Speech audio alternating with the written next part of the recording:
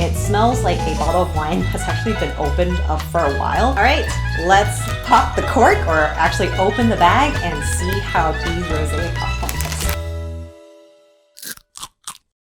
Hey Nosh Finders, this is your host Yan. At Nosh Finder, we are here to bring people together through flavors, and what better way to bring people together than through a glass of rosé. And I don't mean we're drinking rosé in this episode, but we are going to be reviewing these Boom Chicka Pop rosé flavored popcorn. And I've been trying to find these for a while, and I'm so excited to be sharing these with you today and what my review is going to be.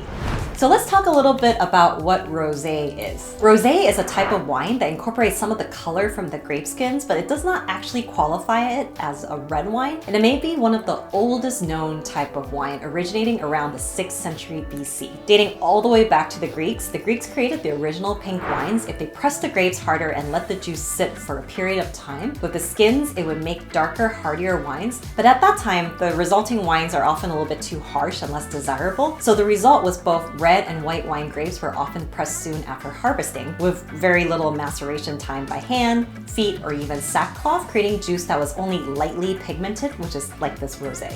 So the history of rosé would take a dramatic turn following the conclusion of World War II, when two Portuguese wine producer families both released sweet, slightly sparkling rosés to the European and American markets. These wines would go on to set record sales and dominate the Portuguese wine industry for most of the 20th century. So in the US, a record 2005 California crop has resulted in an increased production and brought forth varietals used for rosés, as winemakers chose to make rosés rather than leave their reds unsold. So rosé became a viral drink in 2015 and even in summer 2016, and I think that's kind of when I actually started noticing rosé as well. Especially a slushy variation called a frosé was developed at the Bar Creamy in New York.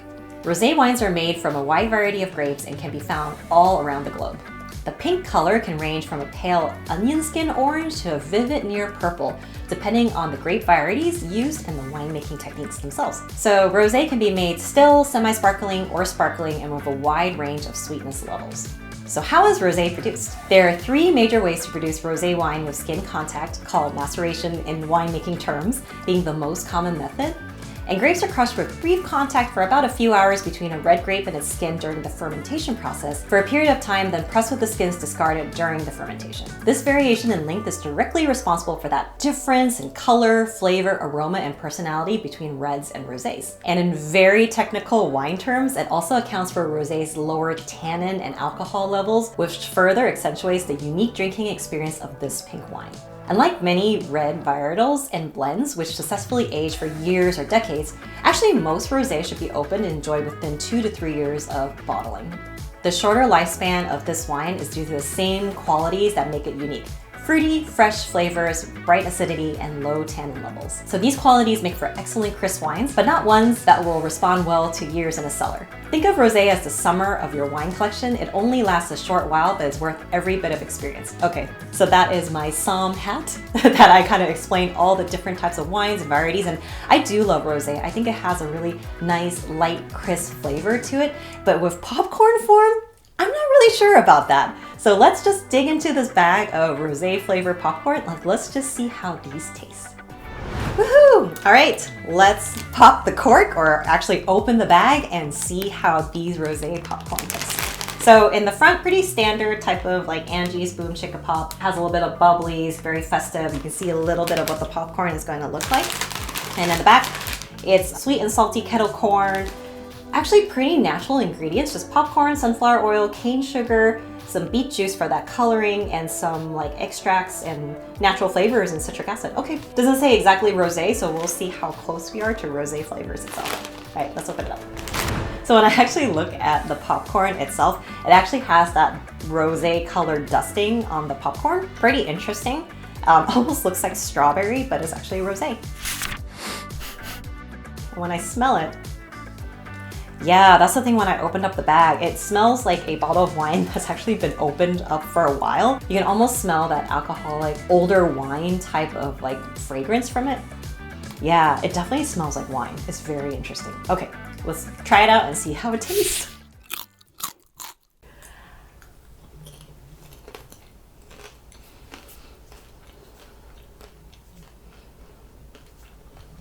It's not bad. Like, I don't love it, but I don't like dislike it either. It has an interesting mix to it. Crunchy popcorn definitely has that Kettlecorn taste with a little sweetness, a little saltiness, savoriness. The first thing I tasted was more like a fragrance, like almost like a wine fragrance or almost like a floral fragrance that came immediately, almost like a rose more than a rosé. So I definitely taste a little bit of those floral notes that kind of simulates a little bit of that wine, but it is kind of weird because it just has like an interesting like aftertaste. It almost wants to say there's a little bit of fermentation in it, but there's not.